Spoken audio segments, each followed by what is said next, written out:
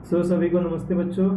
हम आ गए अपने नेक्स्ट चैप्टर पर, जो है चैप्टर नंबर 7, और ये है नेशनल इनकम। ठीक है, इस चैप्टर के बारे में खास बात ये है कि ये चैप्टर सिर्फ एकेडमिक्स में ही नहीं, यानी अब 12th में हो या 11th में हो, तो सिर्फ 11th 12th या ग्रेजुएशन में ही नहीं, ये आपको आगे भी काम आएंगे अगर आप कोई कॉम्पिटिटिव एग्ज़ाम देना चाहते हो। खासकर एसएससी हो गया, ठीक है, सीजीएल हो गया, कोई पीसीएस एग्ज़ाम हो गया, या यूपीएससी हो गया, कोई भी जनरली कोई भी गवर्नमेंट एग्ज़ाम हम जब देते हैं, कॉम्पिटिटिव एग्ज़ाम देते हैं, तो नेशनल इनकम का टॉपिक उसमें होता ही होता है, अगर इकोनॉमिक्स है तो आपके सिलेबस में।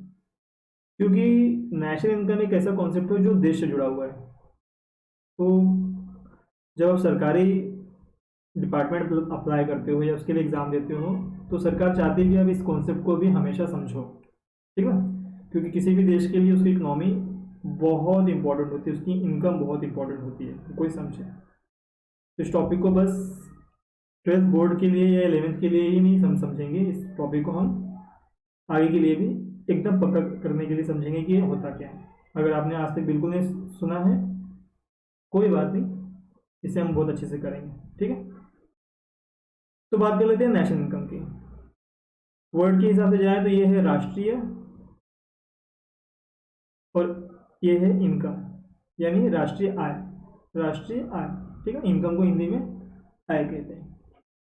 राष्ट्रीय यानी पूरे देश का इनकम।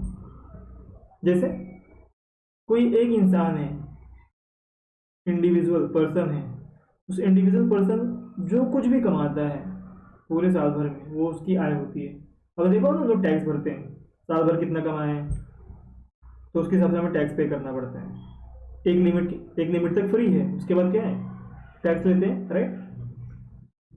तो जैसे एक इंसान की इनकम होती है साल भर की, वैसे देश की भी इनकम होती है। अब देश की इनकम कैसे कैलकुलेट करते हैं, इसके कई सारे रूल हैं, या कई सारे नियम हैं, कई सारे तरीके हैं। एक तरीका सिंपल जो आप किसी को भी कह सकते हो, वो ये है कि जैसे कि कोई ए नाम का व्यक्ति है और उसके साल भर की इनकम, ऐसे ही एक देश में रहने वाले सारे व्यक्तियों की इनकम को जब जोड़ लिया जाता है तो बन जाता है नेशनल इनकम। फिर से कह रहा हूं, जब ए नाम का व्यक्ति है और इसके साल भर की इनकम जोड़ी जाएगी तो क्या कहा जाएगा कि ये ए की इनकम है। किसकी इनकम है, ए। नाम ले लो कोई, यार मान लो कोई रमेश ले लो, तो रमेश नाम का व्यक्ति है, उसकी साल भर की इनकम जोड़ी गई है, कोई भी अमाउंट आ सकता है, 10 लाख, 20 लाख, राइट, 5 लाख, 2 लाख, जो भी हो, तो उसकी इनकम होगी। किसकी होगी, रमेश की। रमेश जैसे उस देश में बहुत सारे लोग होंगे, क्योंकि हम सिर्फ अपने देश की बात नहीं कर रहे हैं, किसी भी देश में अप्लाई होता है।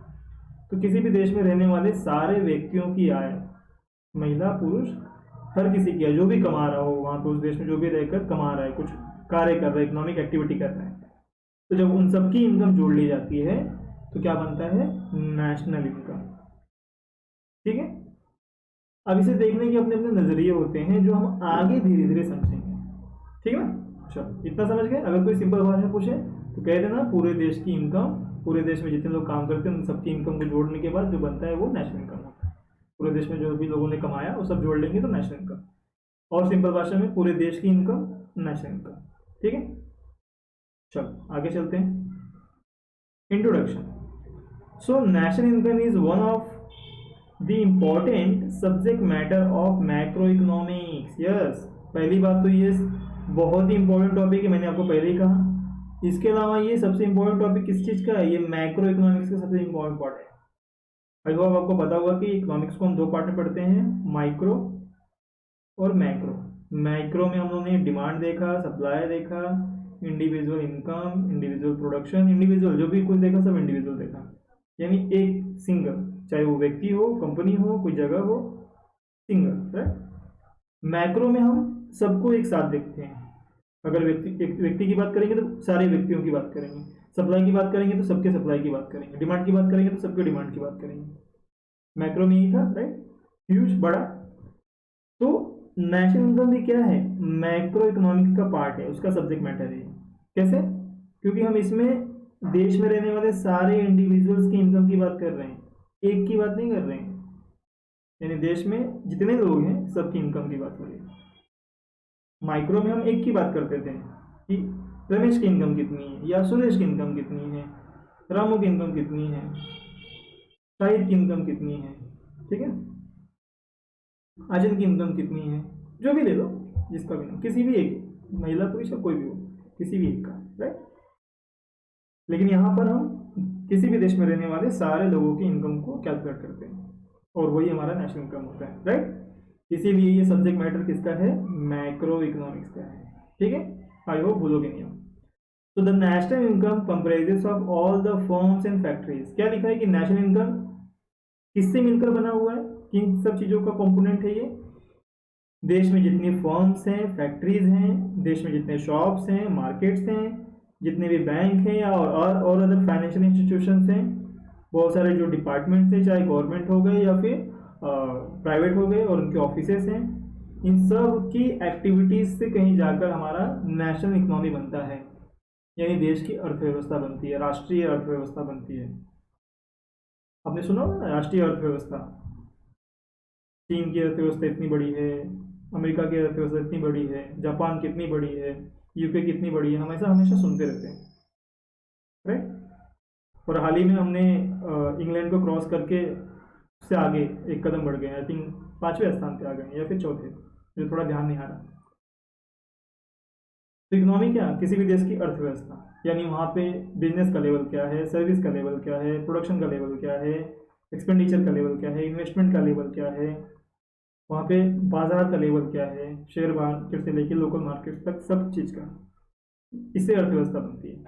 तो ये सब एक्टिविटी करते कौन है, ये सब एक्टिविटी यही करते हैं वहाँ के जितने फर्म्स हैं, कंपनियाँ हैं, फैक्ट्रीज हैं, बहुत सारी जो दुकानें हैं, मार्केट्स हैं, हर जगह बैंक्स, स्पेशली बैंक रोल अदा करते हैं, या बहुत सारे फाइनेंशियल इंस्टीट्यूशन अदा करते हैं, गवर्नमेंट के departments, offices, private offices role अदा करते हैं। इन सबसे तो मिलकर हमारी इकोनॉमी बनती है, यही तो पूरे देश को, अब ये भी कह सकते हो कि यही पूरे देश को चला रहा है एक तरह से।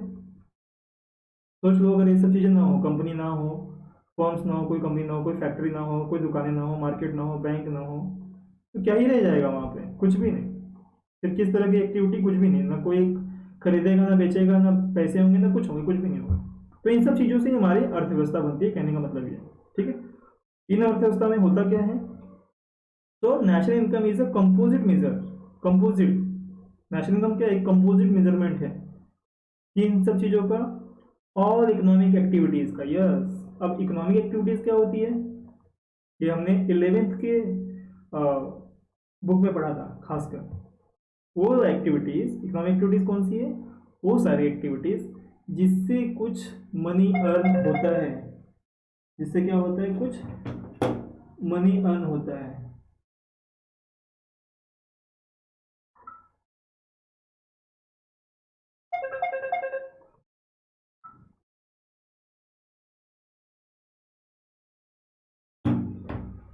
जिससे क्या होता है, मनी अर्न होता है, राइट।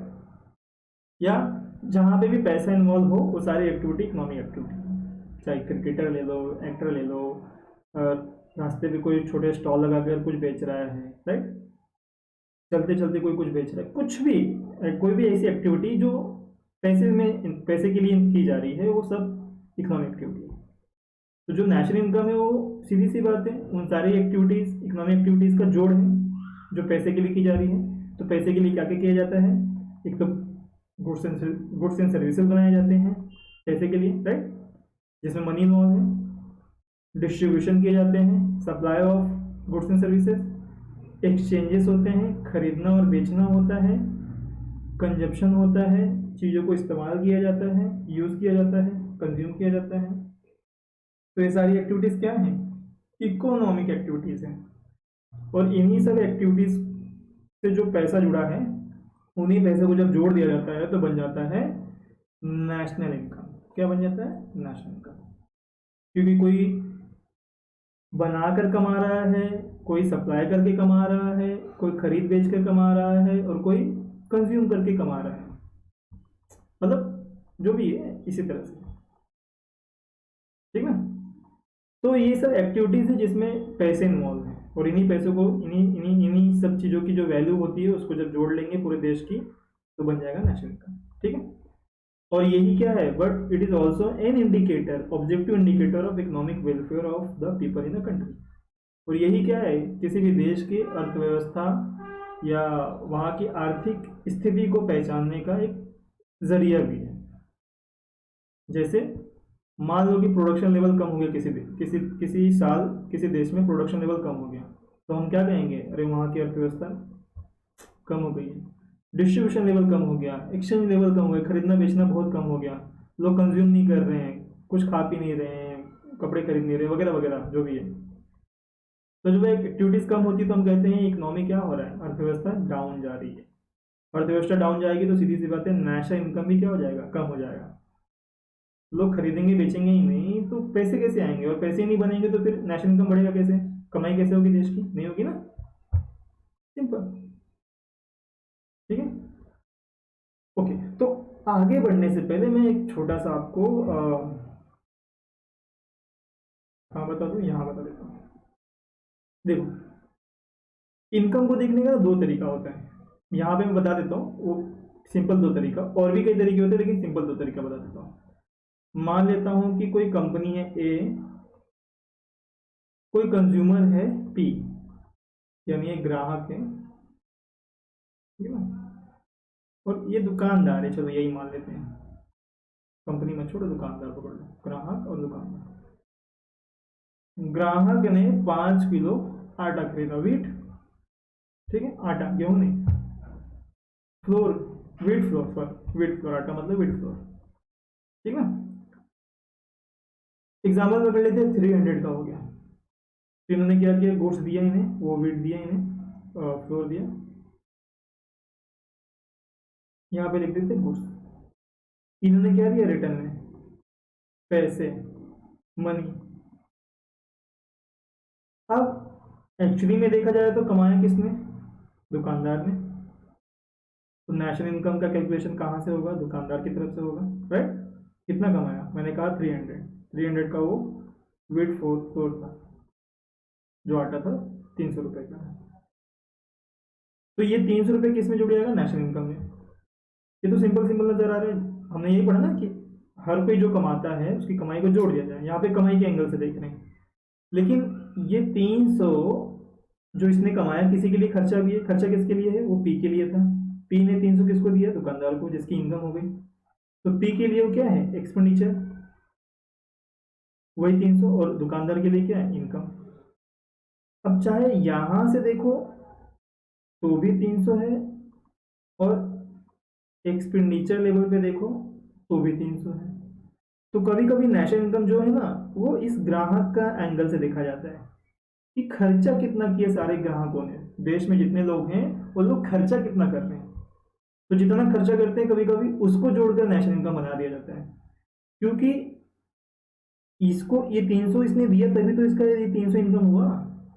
तो चाहे यहां से देखें या वहां से देखें, दोनों साइड से वो इनकम ही है, मतलब वो अमाउंट तो सेम है ना। अब उसको इनकम के लेवल पे देख लो या एक्सपेंडिचर के लेवल पे देख लो। मैं बस कहने का मतलब ये है कि नेशनल इनकम जो है कभी कभी इस एंगल से देखा जाता है और कभी कभी इस एंगल से भी देखा जाता है। हम आगे पढ़ेंगे एक्सपेंडिचर मेथड, इनकम मेथड, इसे पढ़ने वाले, क्योंकि कोई बेचता है तभी कोई खरीद रहा है, और कोई खरीद रहा है तभी किसी की इनकम हो रही है, या कोई खर्चा कर रहा है तो ही किसी की इनकम हो रही है। तो जितना जो खर्चा करेगा उतना किसी की इनकम होगी।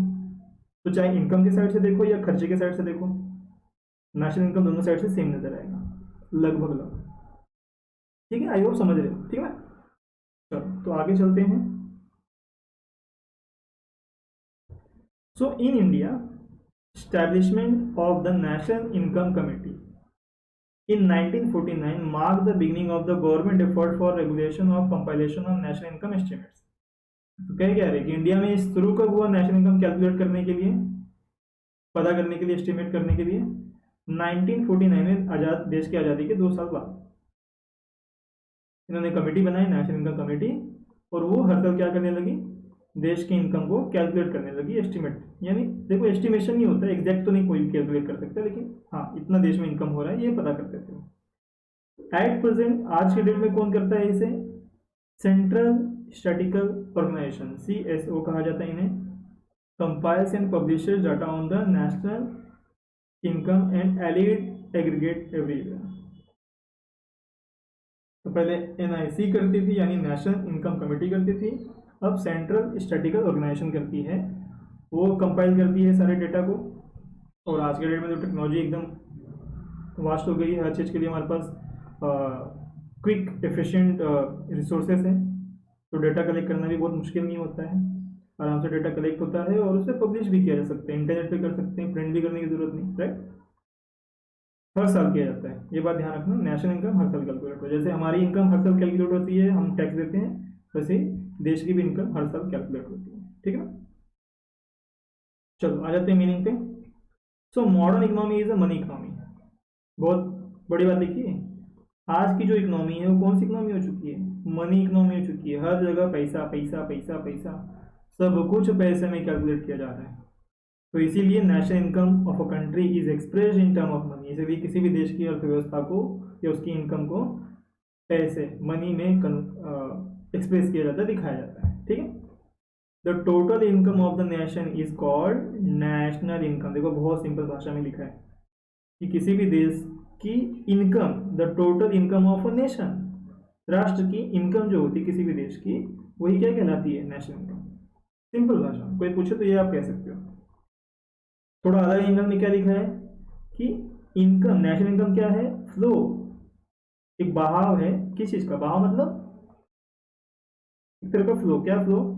Goods and services produced in an economy during a year.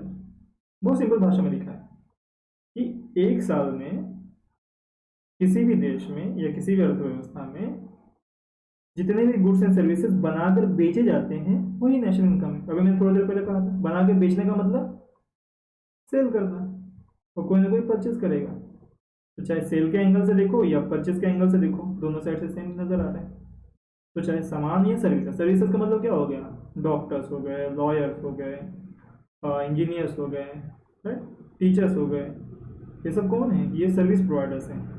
Electrician हो गए, प्लम्बर हो गया, ये सब क्या है? Service providers. गुड्स यानी फिजिकल गुड्स प्रोडक्शन। तो जितने गुड्स या सर्विसेज लोगों को दिए जा रहे हैं या लोग खरीद रहे हैं, वही हमारा क्या है? नेशनल इनकम, ठीक ना। चलो कुछ डेफिनेशन भी समझ लेते हैं, और दो ही डेफिनेशन समझेंगे, पहला दूसरा। Following are the some important definitions of the national income. तो नेशनल इनकम कमेटी जो 1949 में बनाई गई थी अगस्त में, सो इसके चेयरमैन थे प्रोफेसर पीसी महालानोबिस, जो कि चेयरमैन थे इस कमेटी के, डीआर गाडगिल और डॉक्टर राव, VKRV राव, ये क्या थे? मेंबर थे। इनके फोटोज भी दिए हुए हैं, आप देख सकते हो। इन्होंने क्या डेफिनेशन दिया है कि नेशनल एस्टिमेट्स यानी इनकम मेजर्स द वॉल्यूम यानी value of commodities and services turned out during a given period with period counted without duplication. Volume यानी value of goods and services, तो कितने वैल्यू की गुड्स एंड सर्विसेज बनाकर बेची गई, simple भाषा में, विदाउट डुप्लीकेशन। डुप्लीकेशन से क्या मतलब है जरा समझना। जब मैन्युफैक्चर होता है कोई प्रोडक्ट, तो जनरल चेन क्या है? लास्ट बनाया किसके जा रहा है? आम जनता के लिए। तो आम जनता तक पहुंचते कैसे हैं? तो जो बना रहे मैन्युफैक्चरर, वहां से होलसेलर के पास जाता है, होलसेलर से रिटेलर के पास जाता है, और रिटेलर से फिर कंज्यूमर के पास आता है, राइट। मैन्युफैक्चरर या प्रोड्यूसर कह सकते हो। कभी कभी इनके बीच में एजेंट्स भी आ जाते हैं कि चलो हम लोग नॉर्मल चेन पकड़ेंगे। होलसेलर कौन है? जो बल्क में सामान लेके सप्लाई करता है। रिटेलर कौन है? जो हमारे आसपास दुकानें होती है जहां से हम जाके सामान खरीदते हैं। मान लो तो एक लैपटॉप है, वही लैपटॉप किसने खरीदा? होलसेलर ने। यहाँ से होलसेलर के पास गया, होलसेलर से रिटेलर के पास गया, और रिटेलर से कंज्यूमर के पास गया। ऐसे देखा जाए तो उस एक ही लैपटॉप से 3 लोगों ने कमाई की, यही हुआ ना। तो अगर मैं तीनों के लेवल पे कैलकुलेट करूँ, अगर मैं सरकार हूँ, सरकार एज ए सरकार में देखो कि इसने एक लैपटॉप बेचा, इसने एक लैपटॉप बेचा, इसने भी एक लैपटॉप बेचा, तो ऐसा दिखाई देगा कि 3 लैपटॉप बिके, यही नजर आएगा ना। मान लेते लैपटॉप 30,000 का है, तो 3 लैपटॉप यानी 30 30 30 90,000 हो जाएगा ऐसे तो। लेकिन एक्चुअली में तो लैपटॉप एक ही यहाँ से यहाँ तक आया है। फाइनली कंज्यूमर कितना दिया है, 30 ही दिया है। तो एक्चुअली इनकम कितनी हुई है, 30 ही हुई है, लेकिन फिर भी नज़र कितना आ रहा है, 90। ये कब होगा, जब हम हर जगह उसी चीज़ को हर जगह हर लेवल पे कैलकुलेट कर देंगे। तो कह क्या रहा है, हमें एक ही जगह या तो कंज्यूमर लेवल पे हम कर सकते हैं या तो फिर मैन्युफैक्चरर लेवल पे कर सकते हैं। तो हमें एक ही जगह ही क्या करना है, उसको कैलकुलेट करना है। इसने इसको बेचा, उसके बाद नीचे कहाँ गया हमें नहीं देखना है, या फिर लास्ट में वो चीज़ कहाँ पहुंची वहां पे देखना है। दोनों में से एक ही जगह देखना है ताकि डबल काउंटिंग ना हो। एक ही बार एक सामान को एक ही बार कैलकुलेट करना है, चाहे वो उसके बाद कितनी बार भी बेचा गया हो, कुछ फर्क नहीं पड़ता नेशनल इनकम में। ठीक है, सब आई होप समझ गए। आगे आते हैं प्रोफेसर AC पिगा, क्या कहते हैं ये, नेशनल डिविडेंड, डिविडेंड यानी इनकम, शेयर मार्केट की भाषा में डिविडेंड एक वर्ड होता है, राइट, इस पे हम पढ़े होंगे। तो national dividend is a part of objective income of the community including course of income derive from the abroad which can be measured in money. कह रहा है भाई ऊपर जो डेफिनेशन है NIC का कि देश में होने वाली इनकम वो सारे नेशनल इनकम है, उसके साथ साथ फॉरेन इनकम भी हमें कैलकुलेट करना है। आज के डेट में आप सबको पता होगा कि भाई एक देश से दूसरे देश भी सामान बेचा जाता है, जैसे इंडिया से चाय शक्कर ये सब बेची जाती है ना बाहर देशों में, एप्पल्स वगैरह बेचे जाते हैं, वीट राइस भी बेचे जाते हैं कई देशों को, तो वहाँ से भी पैसे आते हैं। तो उन पैसों को भी इसमें जोड़ना है, किसमें, नेशनल इनकम में, इनका कहना है। ठीक है, दो डेफिनेशन इज इनफ। आगे चलते हैं, फीचर्स ऑफ नेशनल इनकम। क्या है फीचर्स, पहला है मैक्रो इकोनॉमिक कॉन्सेप्ट, ये हमने शुरू में देखा चैप्टर के कि हमारा नेशनल इनकम क्या है, मैक्रो है। वाई, क्योंकि इसमें हम देश के सभी लोगों की इनकम की बात कर रहे हैं, एक की इनकम की बात नहीं कर रहे, राइट। तो national income represent income of the economy as a whole, पूरे देश की बात हो रही है, rather than that of an individual, एक की बात नहीं हो रही। Hence it is a macro economic concept, right, simple. Second is value of only final goods and services. Yes, in order to avoid double counting in national income, the value of only final goods and services are produced in an economy are considered. कह रहे हैं जो goods बनकर एकदम ready हो जाता है उसी की वैल्यू ली जाती है, अधूरे गुड्स या रॉ मटेरियल की नहीं। यहाँ पे आगे लिखा भी है क्या, the value of intermediate goods और raw material is not considered.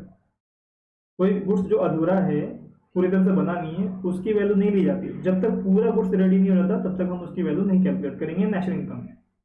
जैसे कि ये लैपटॉप ही है, मान लो इसका स्क्रीन अलग है, मदरबोर्ड अलग है, कीपैड अलग है, टच पैड अलग है, बैटरी अलग है, तो लाके असेंबली किया जाता है ना किसी भी फैक्ट्री में, सब अलग अलग जगह बनते हैं और लाके असेंबल होता है। तो जब ये अलग अलग थे तब इनकी वैल्यू नेशनल इनकम में कैलकुलेट नहीं होती है। कब कैलकुलेट होती है, जब ये पूरी तरह से कंप्लीट हो गया, बन के रेडी हो गया 30,000 के लैपटॉप, तो अब इसकी वैल्यू 30 है, तो यही 30,000 नेशनल इनकम में जोड़ लिया जाएगा कि हाँ ये अब सामान 30,000 का बिक जाएगा, तो 30,000 इनकम होगी। ठीक है, आई होप समझ गए। लिखा भी है देखो यहाँ पे, इंटरमीडिएट गुड्स यानी कि अधूरा और रॉ मटेरियल नहीं कंसिडर किया जाता जब तक कि गुड्स पूरा रेडी ना हो जाए। यहाँ पे एग्जाम्पल भी दिया है, for example while estimating the production of shirts, shirt के प्रोडक्शन का हम समझ लो कि इनकम कैलकुलेट कर रहे हैं, तो क्या होगा, there is no need to take the value of cotton as it is already included in the price of the shirt. Yes, तो मैं कॉटन का अलग से वैल्यू नहीं लिखूंगा, क्योंकि जब शर्ट बन के तैयार हो जाएगी तो शर्ट के अंदर ही तो कॉटन लगा है, जो कॉटन की शर्ट बनी है उसी में वो वैल्यू तो उसमें भी होगी।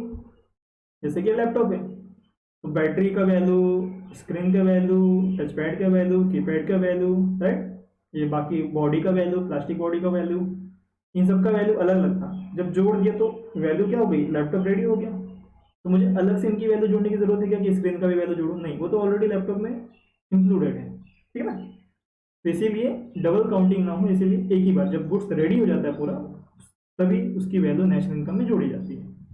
ठीक है, I hope clear. Next is net aggregate value. National income includes net value of goods and services produce, does not include depreciation cost, wear and tear of capital assets. I hope depreciation तो पता होगा। Depreciation क्या होता है? कोई भी जो सामान होता है, खासकर गुड्स ना, सर्विसेज तो नहीं, गुड्स जो होते हैं उनकी वैल्यू क्या होती है? धीरे धीरे गिरती है। अभी आपके हाथ में लैपटॉप या मोबाइल होगा, टैब होगा, तो महीने, कुछ महीनों में, साल भर में धीरे धीरे उसकी वैल्यू गिरी रही है ना। नया जब खरीदा था आपने तब उतने की नहीं, जितने की थी अब वो उतने की नहीं होगी। इसको बोलते हैं wear and tear of assets, यानी सामान की वैल्यू कम होना। कह रहे हैं यहाँ पर नेट वैल्यू ली जाती है, यानी जो उसकी वैल्यू कम हुई है उसे माइनस करके। लाइक कि मैंने ये लैपटॉप अभी 30,000 का खरीदा है 2022 में, ठीक ना। और जब 2023 में इसकी वैल्यू कैलकुलेट की जाएगी, मतलब इसके अगर मैं नेशनल इनकम में जोड़ता हूँ, लाइक मैंने इसको बेच दिया किसी को और मैं इसको नेशनल इनकम में जोड़ता हूँ, एग्जाम्पल पकड़ते हैं ऐसा, तो मैं इसमें से उसकी 1 साल की वैल्यू कम कर दूंगा। ये 30,000 की ही नहीं होगी उस टाइम, ये क्या होगी? कम होगी। तो जब नेशनल इनकम कैलकुलेट किया जाता है तो वहाँ पे हम नेट वैल्यू लेते हैं गुड्स एंड सर्विसेज का, उसका डिप्रिसिएशन हम हमेशा माइनस कर देते हैं, ठीक है। यानी उसका जो भी वही कीमत घटा है वो माइनस कर दिया जाएगा, ठीक है। हम समझेंगे आगे धीरे धीरे, डोंट वरी। इतना समझो कि नेट वैल्यू दी जाती है, डिप्रिसिएशन माइनस कर देते हैं, जो भी उसकी वैल्यू गिरी है वो माइनस हो जाती है। नेक्स्ट है net income from abroad. Abroad foreign की बात हो रही है, राइट। फॉरेन में हम क्या करते हैं? या तो एक्सपोर्ट करते हैं या तो इंपोर्ट करते हैं। तो national income includes net income from the abroad. Net income, अभी देखो यहाँ पे नेट लिखा है, सॉरी नेट लिखा है, तो इस नेट को जरा समझो। That is difference between export and import. या एक्सपोर्ट यानी हमने बेचा, इंपोर्ट यानी हमने खरीदा। मान लो कि हमने 20,000 का बेचा, एग्जाम्पल, खरीदा हमने 10,000 का, तो 20,000 का बेचा था, 10,000 का खरीदा, तो एक्चुअल इनकम कितनी हुई? सिर्फ 10,000 की हुई, ठीक ना। 20,000 का हमने बेचा, मान लो हमने अमेरिका को 20,000 का सामान बेचा, अमेरिका के 10,000 का खरीदा भी, तो अमेरिका वाले हमें कितना पैसा देंगे? 20,000। सॉरी, अमेरिका वाले हमें कितना पैसा देंगे? 10,000, क्योंकि वो माइनस हो जाएगा ना उनसे जितना लेन देन हो रहा है। और सिर्फ उनसे ही नहीं, कहीं और से खरीदा, कहीं और बेचे, तो टोटल हम प्लस माइनस करेंगे। टोटल एक्सपोर्ट 20,000 का हुआ है सारे देशों का मिलाकर, टोटल इंपोर्ट 10,000 हुआ है, तो इसमें से हम जब माइनस करेंगे तो हम देखते हैं हमारे जेब में कितना बच रहा है? 10,000। तो ये 10,000 जाकर नेशनल इनकम में जुड़ जाएगा, कहने का सिंपल मतलब। आपके बहुत सारे आप बहुत सारे बच्चे हैं, सबकी फैमिली में कोई टैक्सी चला रहा होगा, कोई ऑटो चला रहा होगा, पापा घर में, पापा मम्मी या जो भी घर में काम कर रहे हो, तो वो क्या करते हैं? वो 200 का पेट्रोल या सीएनजी से चल रही 200 का सीएनजी डालते हैं, राइट। और मान लो उस 200 से उन्होंने 1,000 रुपीज़ का इनकम जनरेट किया, तो ये इनकी ग्रॉस इनकम हो गई। नेट इनकम क्या होगी? ये 200 इसमें से माइनस हो जाएगा, यानी एक्चुअली में कितना कमाया? 800। वैसे सेम यहाँ पे भी 20,000 का बेचा, एक्सपोर्ट किया, 10,000 का इंपोर्ट किया, तो 20,000 कमाया और 10,000 उसमें से दे दिया, कहने का मतलब ये बचा कितना? 10,000। तो 10,000 ही नेशनल इनकम में जुड़ेगा, ठीक है ना। And net difference between receives in from abroad and payment made to abroad, same चीज जो मैंने बताई वही लिखी है, ठीक है। आगे financial year. National income is always experience with reference to a time period in India, it is from 1 April to 31 March. तो हर देश का अपना फाइनेंशियल ईयर होता है, जनरली बहुत सारे देशों में और इंडिया में भी 1 अप्रैल से लेकर 31 मार्च तक ये फाइनेंशियल ईयर माना जाता है। जनरली हमारा जनवरी से स्टार्ट होता है ना, हम हैप्पी न्यू ईयर मनाते हैं, राइट। और क्रिसमस मना के दिसंबर में ऐड कर देते हैं अपने एक्चुअल कैलेंडर डेट को। लेकिन बिजनेस के दुनिया में, इकोनॉमी की दुनिया में, पैसों की दुनिया में 1 अप्रैल को ये स्टार्ट होता है और 31 मार्च को साल खत्म होता है, ठीक है। कॉमर्स के बच्चों को अच्छे से पता है, राइट। फ्लो कॉन्सेप्ट क्या है? ये national income is a flow concept and it shows flow of goods and services produce in the economy during a year. Yes, हमने थोड़ी देर पहले ही पढ़ा था ऊपर मीनिंग में। फ्लो कॉन्सेप्ट है नेशनल इनकम, क्योंकि लोग बेच रहे हैं, लोग खरीद रहे हैं, पैसे दे रहे हैं, पैसे ले रहे हैं, सर्कल चल रहा है। जैसे मान लेते हैं किसी ने, कोई मैन्युफैक्चरर है, तो मैन्युफैक्चरर बना के गुड्स इसको बेचता है कंज्यूमर को। कंज्यूमर क्या करता है, मैन्युफैक्चरर को पैसे देता है, यही पैसे मैन्युफैक्चरर और गुड्स बनाने में लगाते हैं, ठीक है ना। फिर ये इसको गुड्स बना के बेचता है, फिर ये इसको पैसे दे रहा है। तो ये फ्लो कॉन्सेप्ट है, चलते रहता है चलते रहता है, एक तरह का सर्कल है जो देखो हम लोग यहाँ पे पढ़ने वाले हैं, ठीक ना। Money value, national income is always express in monetary term. Monetary यानी कि पैसे में। हमने शुरू में पढ़ा कि भाई आज की जो दुनिया में मॉडर्न इकोनॉमी क्या है, मनी इकोनॉमी है। ऊपर एक पॉइंट था, modern economy is money economy, यानी सब कुछ पैसे में ही एक्सप्रेस किया जा रहा है। So it represents only those goods and services which are exchange for money. तो यहाँ पे नेशनल इनकम में वही सामान लिए जाएंगे या उन सामानों की वैल्यू दी जाएगी जो सिर्फ पैसे में एक्सचेंज किए जा रहे हैं। यस, जो पैसे में एक्सचेंज किए जा रहे हैं। देखो बहुत सारे देश है जो दूसरे देशों को गिफ्ट देते हैं। यस, होता है, सामान गिफ्ट दे दिया, गुड्स गिफ्ट दे दिया। जैसे कि आपदा आ गई, लाइक कुछ समय देखो पहले पाकिस्तान में आपदा आई थी, बाढ़ आ गई थी आई थिंक। तो इंडिया ने क्या किया, इंडियन गवर्नमेंट ने पाकिस्तान को राइस और वीट क्या किए, गिफ्ट बोल सकते हो या डोनेट कर दिया, राइट, गिफ्ट नहीं डोनेट बोल सकते हैं यहाँ पे। इसके बदले में कुछ पैसे नहीं लिए। जब पैसे ही नहीं लिए तो ये एक्सपोर्ट थोड़ी कहलाएगा और इसकी वैल्यू थोड़ी जुड़ेगी, नहीं जुड़ेगी। तो जिस लेन देन में पैसा इन्वॉल्व नहीं है उसका पैसा, उसका इनकम या एक्सपेंडिचर यहाँ पे नेशनल इनकम में कैलकुलेट नहीं होगा। पैसा इन्वॉल्व है तो ही उसकी वैल्यू यहाँ पे जुड़ेगी या माइनस होगी, ठीक है। Okay, so I think this is for today. Next lecture में हम सर्कुलर फ्लो ऑफ नेशन यहाँ से स्टार्ट करेंगे, ठीक है। Thank you.